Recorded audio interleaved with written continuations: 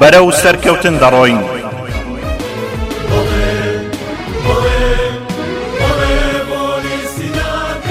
لە سەرچاوەی حەقیقەتەوە هاتووین و بە ڕۆشنایی و ڕاستەڕێدا کەوتووینە ڕێو، بە سەراب و ئاوازی ناسازی شەو و شۆفارەکان فری و ناخۆین، بە ئاو و هەوای سازگاری کوێستانی ژینی ئازادی و سەرفرازی گۆشکراوین، خاوەن سەروەری و شکۆین، لەگەڵ نوردا دەستەملانیم، پڕشنجی خۆری ئومێد و سپێدەی چاوی ئاسۆین، وابەستەنین دابەستەنین لە بیرکردنەوە و بڕیار و هەڵوێسماندا هەتا ئەو پڕ سەر بەخۆین، دژی بە کۆیلەکردنین، دژی ئیرادە کوشتنین، دژی تۆبزی لێکردن و بەلا ڕێگەدا بردنین، نە هیچ کەسێک سوێن دەدەین و نە تەلاق بە کەس دەخۆین، پارەی گەل نابەشینەوە و وڵات بەتاڵان نابین،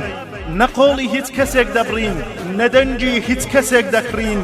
نەدەبینە دزی بازاری شێوا و فرت و فێڵ و ئاین و ئۆین، بۆ چاکسازی ڕاستەقینە و ڕیشەیی هەوڵ دەدەین، دژی خۆڵ لە چاوکردن و ئیشی بەپینە و پەڕۆین، بەختەوەری دنیا و دوا ڕۆژی مرۆڤەکان ئامان زمانە، زەردەخەنەی لێوی ژیان و هیوای دڵی پڕ لە ناسۆر و بۆسۆین، بۆ دەرونی وشکاڕۆی خاچی نیشتیمان، سەرچاوەی زەڵم و بێخاڵ و سۆلاف و شێخی باڵەک و قوولە و کوڕکوڕ و هەڵشۆین،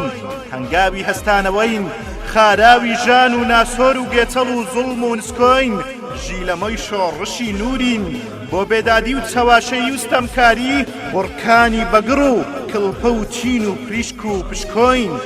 لەگەڵ بەسەنایەتیدا جەستە و جیانین، دژی بێبەند و باری و لاساکردنەوەی کوێرانە و کلتور و بیری نامۆین، بۆ سربەخۆیی و بنیادی قەوارە و دەوڵەتی کوردی تێدەکۆشین، ئەی کوردستان پارێزەری دین و ژینی گەلی کورد و سنوور و سەروەری تۆین، دەستی ناز و نزا و ئاشتی و ئاوەدانین، پێشمەرگەی خوا و خاک و خەڵکین، بەورین پڵنجین هەڵۆین، پشت بە خودا و هیمەتی کوردی موسڵمان، بەرەو سەرکەوتن دەڕۆین، بەرەو سەرکەوتن دەڕۆین، بەرەو سەرکەوتن دەڕۆین.